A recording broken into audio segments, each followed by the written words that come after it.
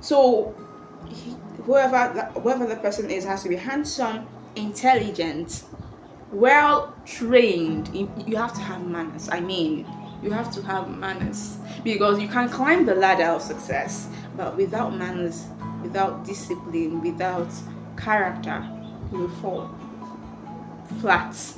You will fall flat.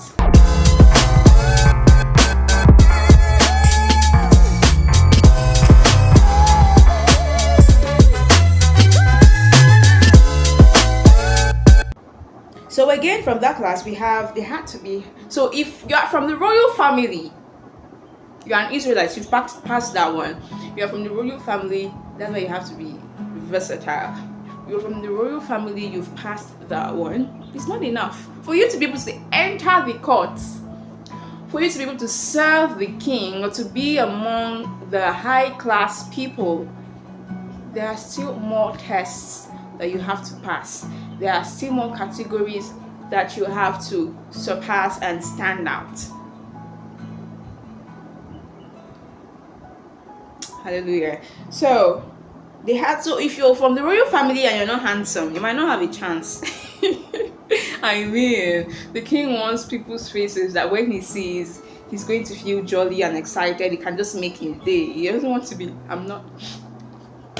he doesn't want to be angry and then have someone serve him and he gets angrier.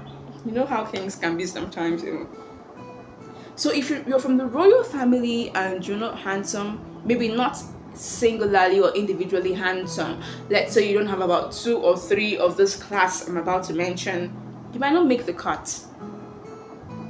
So excellence all the way. So whoever the person is has to be handsome, intelligent, well trained. You have to have manners. I mean, you have to have manners because you can climb the ladder of success, but without manners, without discipline, without character, you will fall flat. You will fall flat. So they had to be well mannered, well trained, quick to learn, because for you to be at that height where Daniel ascended to, you will always learn. You will always keep learning. Learning never stops, no matter your age. Despite your age, learning never stops. So if you want to be at that level, you have to be eager to learn. You have to always want to know. You have to be curious about knowledge. So they had to be quick to learn because nobody wants to be teaching you one thing for 3 years and you're not still grasping it. So they had to make work easier. Their brain has to be sharp, So there's a physical standard there, and there is the intellectual standard, and there's the character standard. Take note of the standard. There's the character standard, and there is the ability standard, quick to learn and free from physical defects. Now, this is just for the king. No matter your condition, your physical condition or defect, you can still rise up to the ladder. But the world has kind of conditioned. For example, there are some class of people we call beautiful, right? Slim, slender, figure 8, all of that. So the world has conditioned some physical traits that you should have for you to be called beautiful and for you to be called physically whole. But in the sight of God, you are whole as long as you are in Christ, right? So I'm not going to really dwell much here based on what I'm speaking. So that they will be qualified to serve in the royal court. So all these qualities, now we've got from 3 classes. You have to come out from these 3 classes for you to be qualified. Underline the word qualification. So these were the qualifications these people had to tick in order to serve in the royal court. Now Daniel, the I know Greek boy, I mean a man. But funny enough, at this point, he was a young boy. He wasn't a grown-up man. He was a youth. So for people giving the excuse that, well, when I grow up, when I get, you can start any time.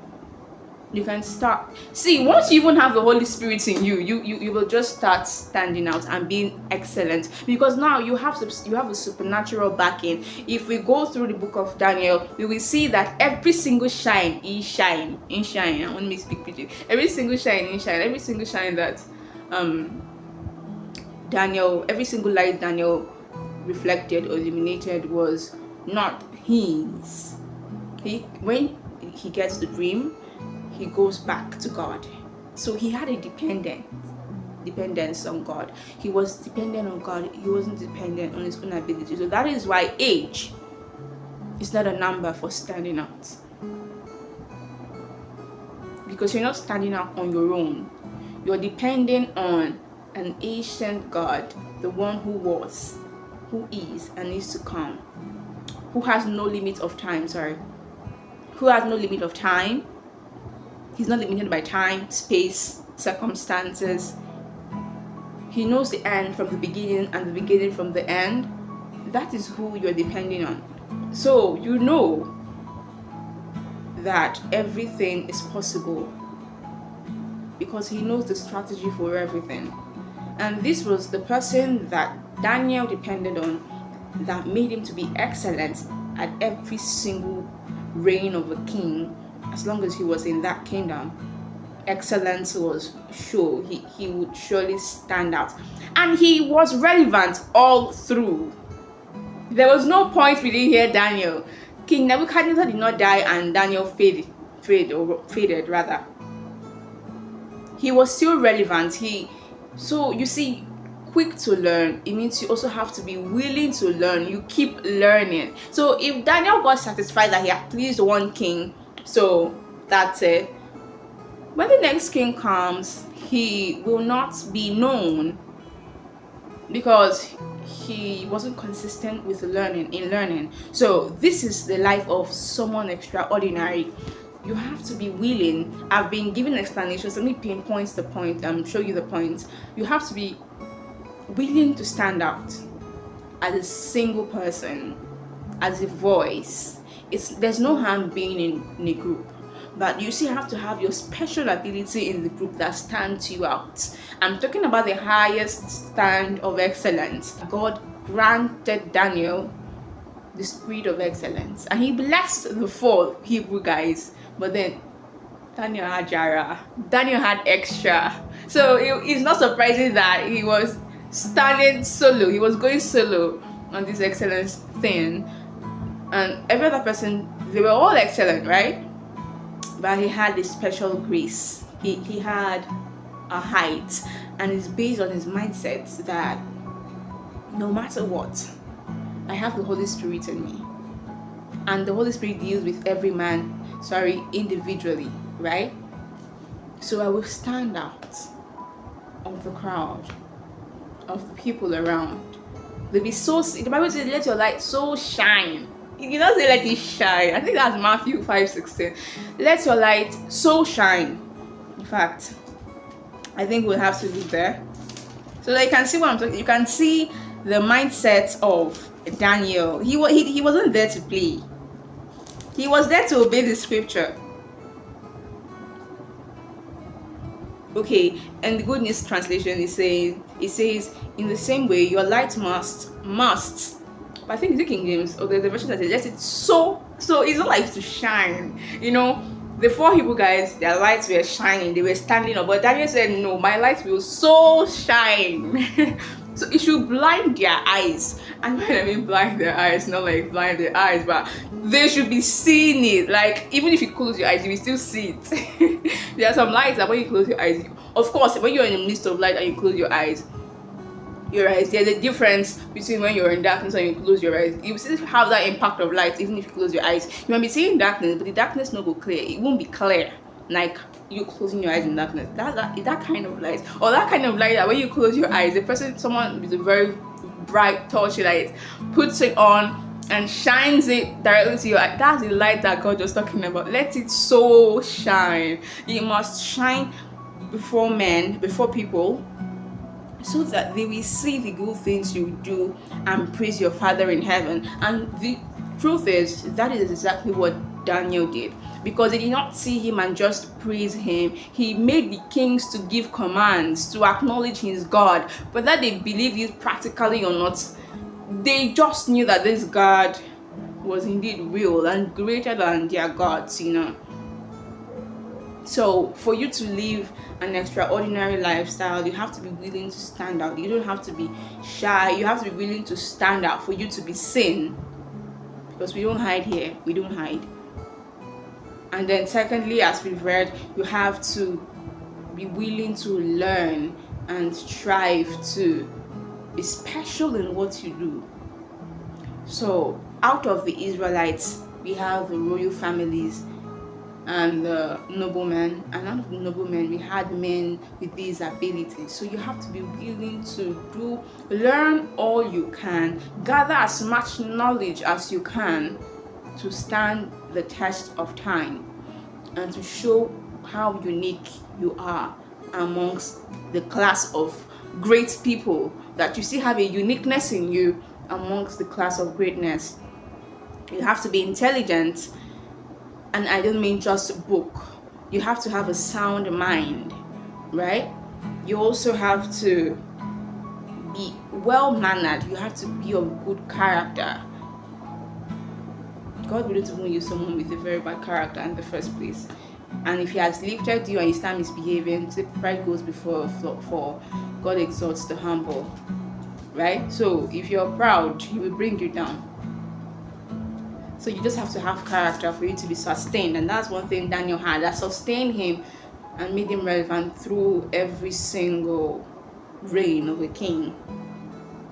And you have to be eager and quick to learn. So these are the qualifications, these are the things that you have to have for you to live an extraordinary life. Extraordinary is from the ordinary, mind you. We have cake. We have the normal cake, right? We have plain cake, and from the plain cake we have the vanilla, we have the chocolate cake, we have the fruit cake, we have the red velvet cake. Name it. There are several types of cake. They have the sponge cake and all of that. The base of those names are still cakes. It's still cake rather. All are cakes. If you remove every special thing that starts the name, they're all cake. They're all plain cakes. But some special ingredients have been added to the cake, or to those cakes, to make them stand out, to make them special. So that's the same thing. It's just a tweak, a tiny twist from the ordinary that makes it your extraordinary. But for you to be able to make a vanilla cake or a fruit cake, you must know how to make the basic cake. You must have the ingredients, right? You must have the expertise to be able to make a plain cake before you can grow and develop the extra expertise to add your own spice to the main cake, to make it your own cake, to make it a cake that stands out from the normal class of cakes. That is exactly what Daniel did, and that's the exact definition of an excellent life. So I just want to encourage everybody to live a life that pleases God, because he's the one who can change your ordinary to the extraordinary. The Holy Spirit also inspires. It says in verse 17 in still chapter 1, God gave the 4 young men, Shadrach, Meshach, Abednego, and Daniel, knowledge. So imagine these men. Oh God, you see why you just have to walk with God and obey his laws and precepts, because these guys were already knowledgeable, they were already intelligent. So you see, there's another class. This will have to continue, because there are classes upon classes. So we have from these men who have to be intelligent, quick to learn and all. These 4 Hebrew boys stood out again. They had the knowledge, not the regular knowledge from books, but a knowledge endowed and given by God himself, by wisdom himself. God gave the 4 young men knowledge and skill in literature and philosophy. In addition, somebody say in addition. Hey, now this happens when you are strict with obeying God, because we know before this they decided not to eat the king's food because it has to be sacrificed first to the gods, their spiritual covering, and it's not the holy God. So they didn't want to defile themselves, and they said no, they will stick to vegetables, even when it was really risky. But they knew that their standing out to that extent was not by their expertise alone. The hand of God was involved. So they had to honor that God who was involved. And God will never let you down when you honor him and you obey him despite the circumstances, because he blessed them with more knowledge. Divine knowledge. I think that's what divine knowledge. Divine skill in literature and philosophy in that part where they were to gain more expertise to become extraordinary. And then in addition, Daniel was like the mastermind and the pusher, the person who was pushing this obedience thing. He was the one who went to make the inquiries, the one who went to do everything, So in addition, he gave Daniel skill in interpreting visions and dreams. And this particular skill was what made Daniel very important even amongst the four. They were all important, but Daniel had something supernatural attached to him, something extraordinary, unprecedented excellence. So it's like something it has not been seen before. For you to tell a king the dream, how would you be telling someone the dream he dreamt?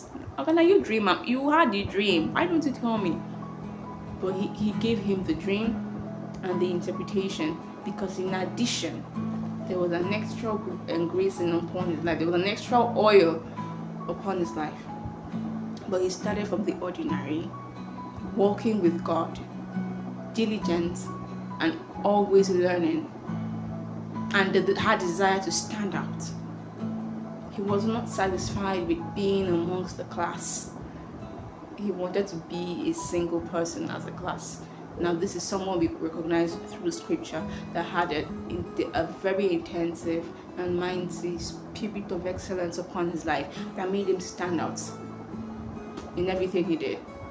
So today I want to urge us all not to settle for less and settle for the ordinary, but instead strive for the extraordinary. So I want us to pray to bless the name of God and to ask for the spirit of excellence, that God's going to bless us with the spirit of might and excellence and make us stand out from the crowd.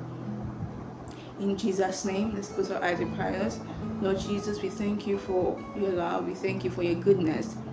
We thank you for letting us know that there is the spirit of excellence, and your Holy Spirit comes with excellence and the ability to stand out.